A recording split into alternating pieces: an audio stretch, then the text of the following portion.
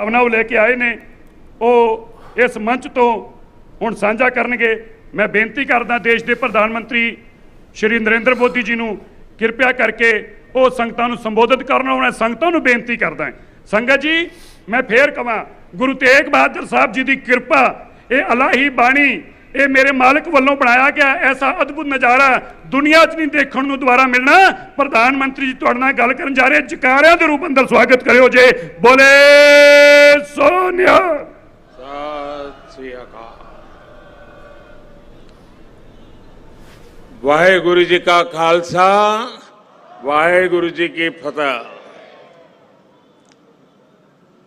मंचस्थ सभी महानुभाव, इस कार्यक्रम में उपस्थित सभी देवियों और सज्जनों और वर्चुअली दुनिया भर से जुड़े हुए सभी महानुभाव, गुरु तेग बहादुर साहब के 400वें प्रकाश पर्व को समर्पित इस भव्य आयोजन में मैं आप सभी का हृदय से स्वागत करता हूं। अभी शब्द कीर्तन सुनकर जो शांति मिली वो शब्दों में अभिव्यक्त करना मुश्किल है। आज मुझे गुरु को समर्पित स्मारक डाक टिकट और सिक्के के विमोचन का भी सौभाग्य मिला है। मैं इसे हमारे गुरुओं की विशेष कृपा मानता हूं। इसके पहले 2019 में हमें गुरु नानक देव जी का 550वां प्रकाश पर्व और 2017 में गुरु गोविंद सिंह जी का 350वां प्रकाश पर्व मनाने का भी सौभाग्य मिला था। मुझे खुशी है कि आज हमारा देश पूरी निष्ठा के साथ हमारे गुरुओं के आदर्शों पर आगे बढ़ रहा है। मैं इस पुण्य अवसर पर सभी 10 गुरुओं के चरणों में आदरपूर्वक नमन करता हूं।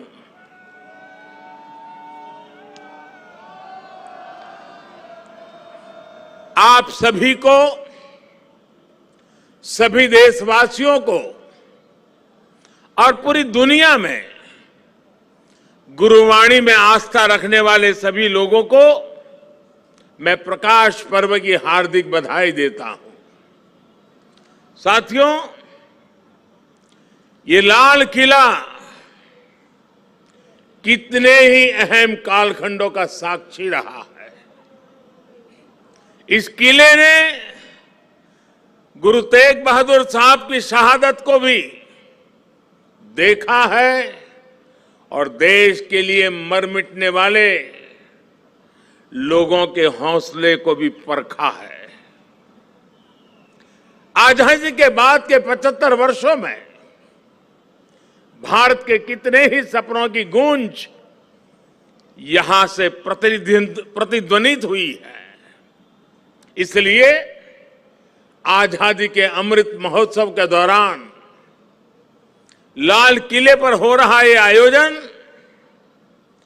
बहुत विशेष हो गया है। साथियों, हम आज जहां हैं अपने लाखों करोड़ों स्वाधीनता सेनानियों के त्याग और बलिदान के कारण है। आजाद हिंदुस्तान, अपने फैसले खुद करने वाला हिंदुस्तान, लोकतांत्रिक हिंदुस्तान, दुनिया में परोपकार का संदेश पहुंचाने वाला हिंदुस्तान, ऐसे हिंदुस्तान के सपने को पूरा होते देखने के लिए कोटि कोटि लोगों ने खुद को खपा दिया। ये भारत भूमि सिर्फ एक देश ही नहीं है, बल्कि हमारी महान विरासत है, महान परंपरा है। इसे हमारे ऋषियों, मुनियों, गुरुओं ने सैकड़ों हजारों सालों की तपस्या से सींचा है, उसके विचारों से समृद्ध किया है। इसी परंपरा के सम्मान के लिए, उसकी पहचान की रक्षा के लिए दसों गुरुओं ने अपना जीवन समर्पित कर दिया था। इसलिए साथियों, सैकड़ों काल की गुलामी से मुक्ति को, भारत की आजादी को, भारत की आध्यात्मिक और सांस्कृतिक यात्रा से अलग करके नहीं देखा जा सकता। इसलिए आज देश आजादी के अमृत महोत्सव को और गुरु तेग बहादुर साहब के 400वें प्रकाश पर्व को एक साथ मना रहा है, एक जैसे संकल्पों के साथ मना रहा है।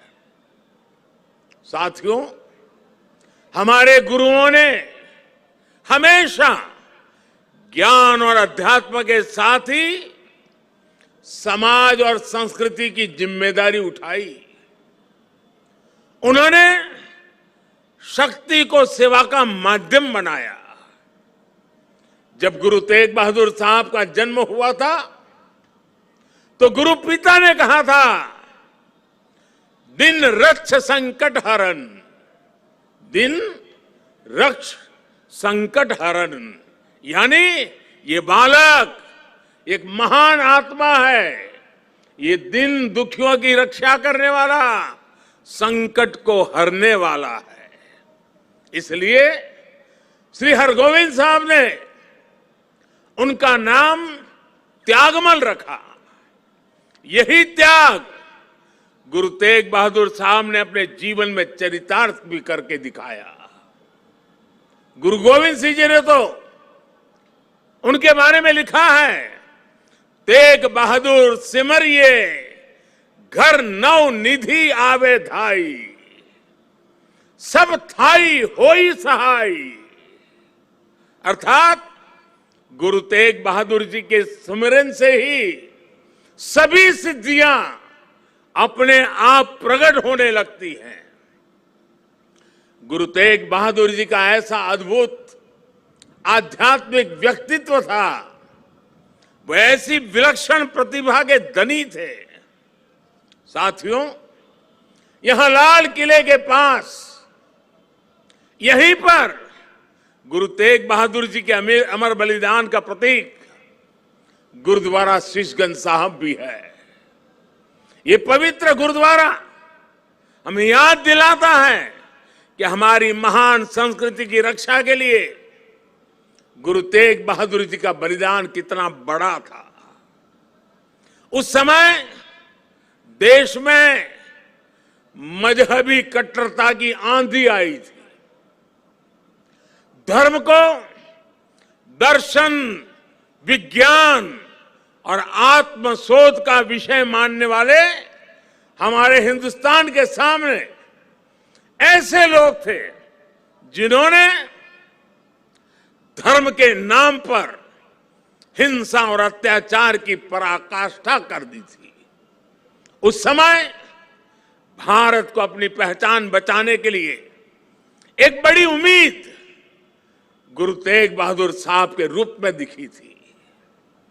औरंगजेब की आतताई सोच के सामने उस समय गुरु तेग बहादुर जी हिंदवी चादर बनकर, एक चट्टान बनकर खड़े हो गए थे। इतिहास गवाह है कि वर्तमान समय गवाह है और ये लाल किला भी गवाह है कि औरंगजेब और उसके जैसे अत्याचारियों ने भले ही अनेकों सिरों को धड़ से अलग करा,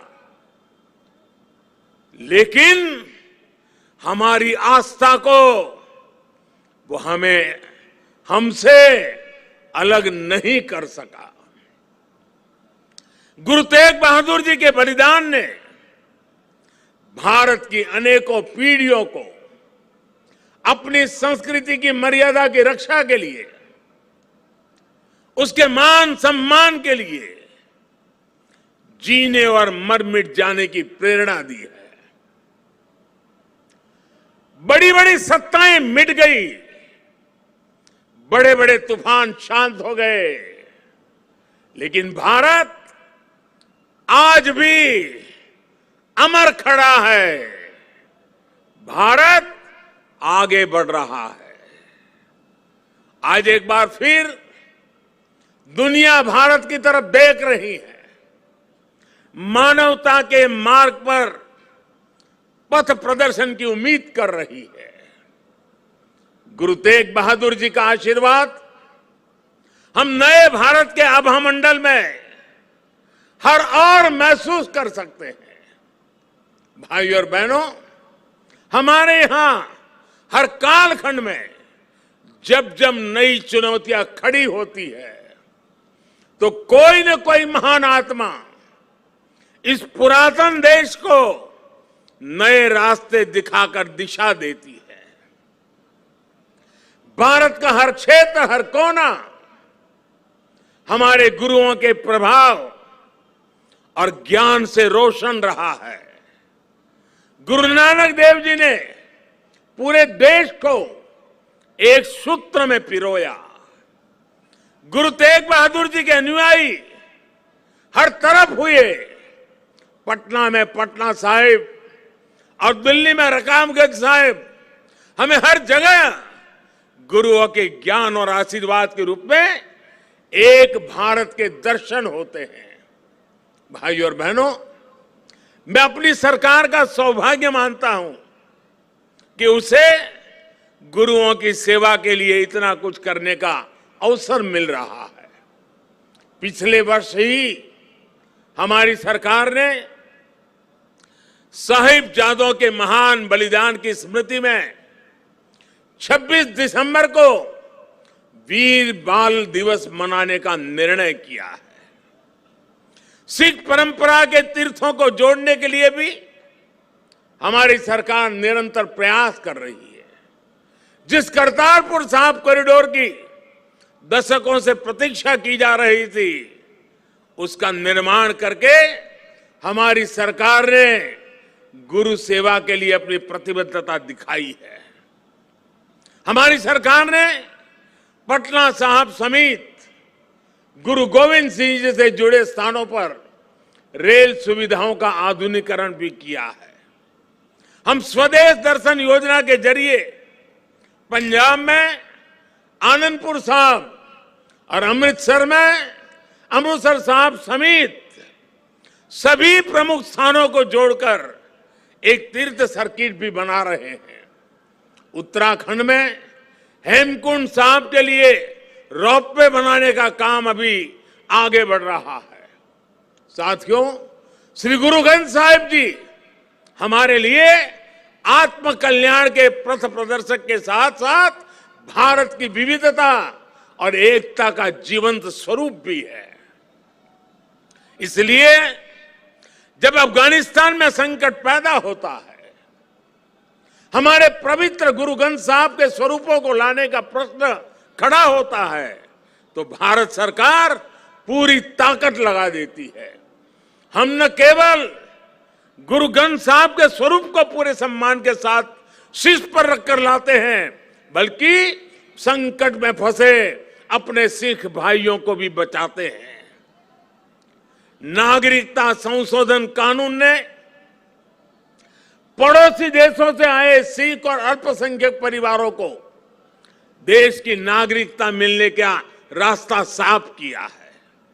ये सब इसलिए संभव हुआ है क्योंकि हमारे गुरुओं ने हमें मानवता को सर्वोपरि रखने की सीख दी है। प्रेम और सौहार्द हमारे संस्कारों का हिस्सा है। साथियों, हमारे गुरु की वाणी है, भय काहू को देत नहीं, भय काहू को देत नहीं, नहीं भय मानत आन, कह नानक सुनी रे मना, ज्ञानी ताही बखानी। अर्थात ज्ञानी वही है जो न किसी को डराए और न किसी से डरे। भारत ने कभी किसी देश या समाज के लिए खतरा नहीं पैदा किया। आज भी हम पूरे विश्व के कल्याण के लिए सोचते हैं, एक ही कामना करते हैं। हम आत्मनिर्भर भारत की बात करते हैं तो उसमें पूरे विश्व की प्रगति लक्ष्य का सामने रख करके हम करते हैं। भारत विश्व में योग का प्रसार करता है तो पूरे विश्व के स्वास्थ्य और शांति की कामना से करता है। कल ही मैं गुजरात से लौटा हूं, वहां विश्व स्वास्थ्य संगठन के पारंपरिक चिकित्सा के ग्लोबल सेंटर का उद्घाटन हुआ है।